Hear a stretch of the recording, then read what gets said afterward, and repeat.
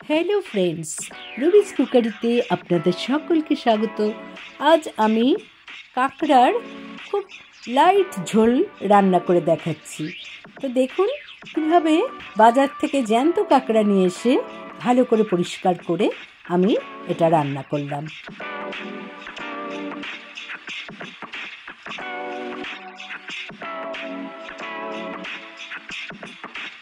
বাজার থেকে আমি 800 গ্রাম কাঁকড়া, জ্যান্ত কাঁকড়া বাড়িতে নিয়ে এসেছি। তবে কাঁকড়ার দাঁড়াগুলো আমি কেটে নিয়ে এসেছি, কিন্তু এই কাঁকড়াগুলোকে কিছুক্ষণ আমি ফ্রিজে প্রায় 1 ঘন্টার মতো রেখে দিয়েছি, যাতে কাঁকড়াগুলো নিস্তেজ হয়ে যায়। এবার আমি একটা পাত্রে বেশি করে জল, নুন দিয়ে ফুটিয়ে নিলাম। এবার এই যে কাঁকড়াগুলো ঠান্ডায় একটু জমে গেছে, এগুলোকে আমি গরম জলে দিয়ে দিলাম এবং বেশিক্ষণ না, জাস্ট 1 মিনিট যখন ফুটে উঠবে, ফোটার পর 1 মিনিট আমি রেখেই কাঁকড়াগুলোকে তুলে নেব। আমার ছোটো মেয়ে ভীষণ কাঁকড়া প্রিয়, ওর জন্যই মেনলি আজকে এই কাঁকড়া আমি রান্না করছি। কিছুক্ষণ ঢেকে রাখার পর কাঁকড়াগুলোকে আমি জল থেকে তুলে নিচ্ছি।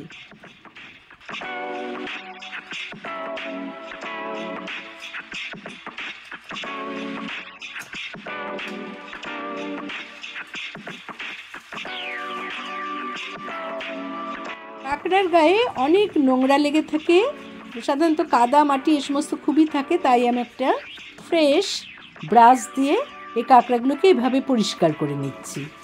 ভালো করে জল দিয়ে ধুয়ে পরিষ্কার করে নিলাম। এখানে মেয়ে কাঁকড়া, ছেলে কাঁকড়া দুটোই আছে।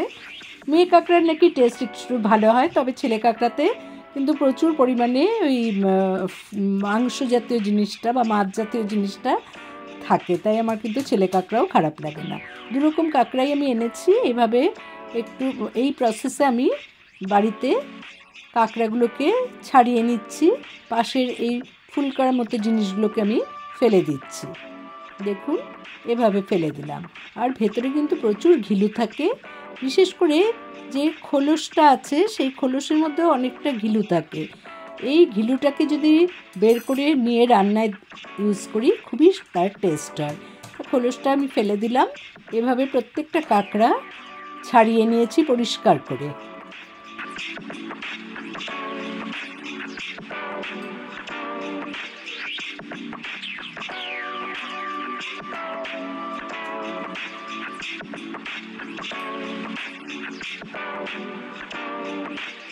আর সব কাঁকড়া ছাড়ানো হয়ে গেছে। এবার আমি একটা বাটিতে কাঁকড়াগুলো দাঁড়া সমেত সমস্ত ঢেলে নিচ্ছি। ঘিলুটা সরিয়ে রাখলাম। আর দাঁড়াগুলো এত শক্ত, খাওয়ার সময় খুব অসুবিধা হয়। একটু ফাটিয়ে দিলে ভেতরে ঝোল ঢোকে এবং খেতেও অসাধারণ লাগে। তা আমি সব কিছু একটা বাটির মধ্যে তুলে নিয়ে এটাকে কিছুক্ষণের জন্য ম্যারিনেট করব। 1 টিস্পুন লবণ আর 1 টেবিল স্পুন হলুদ দিলাম, কারণ পরিমাণটা অনেকটাই। আমি এরকম ঝাঁকিয়ে ঝাঁকিয়ে ভালো করে নেড়ে নিয়ে কিছুক্ষণ রেখে দিলাম। আমি এবার এটা রান্না করার জন্য 4টে মিডিয়াম সাইজ পেঁয়াজকে খোসা ছাড়িয়ে কুচি করে নিলাম।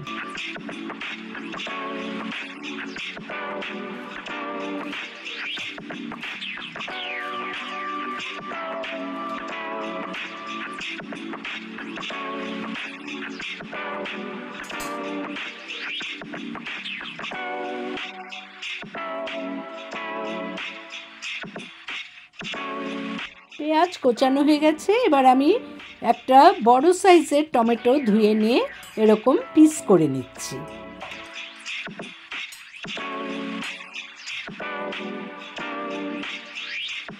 আর 5টা কাঁচা লঙ্কা নিয়েছি, চিড়ে নিলাম। আর 3টে মিডিয়াম সাইজ আলুকে আমি খোসা ছাড়িয়ে এরকম বড় বড় করে পিস করে নিলাম। একটা ডিপ কড়াতে আমি 4 টেবিল স্পুন সর্ষের তেল দিয়ে দিলাম। এবার আমি এই দাঁড়াগুলো আগে ভেজে নিচ্ছি।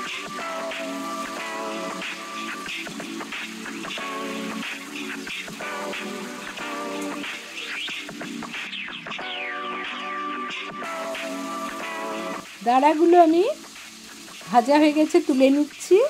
এবার এই তেলেই আমি কাঁকড়ার এই অংশগুলো ভেজে নিচ্ছি, আসল অংশ একে একে ভেজে নিচ্ছি। 2-3 বারে আমার সব কাঁকড়া ভাজা হয়ে গেল।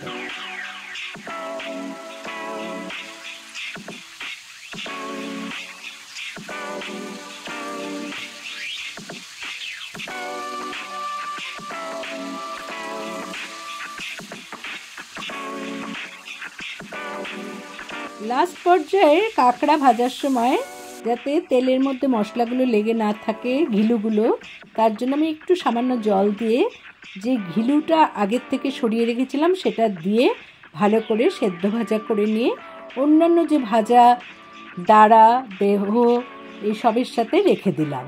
এবার পরিষ্কার করাতে আবার মাস্টার্ড অয়েল নিয়ে নিলাম 3 টেবিল স্পুনের মতো। তাতে আমি 2 শুকনো লঙ্কা ফোড়ন দিলাম, দারচিনি 1 ইঞ্চির মতো, 1/2 টিস্পুন জিরে, লবঙ্গ আর 4টে এলাচ আমি ফাটিয়ে দিলাম। এবার আমি আলুর টুকরোগুলো দিয়ে ভালো করে ভেজে নিচ্ছি। আলুতে সামান্য একটু নুন আর সামান্য হলুদ দিয়ে ভেজে নিলে আলুটা সুন্দর ভাজা হয়। আলু ভাজা হয়ে গেছে, আমি এগুলোকে কাঁকড়া পাশেই তুলে নিলাম।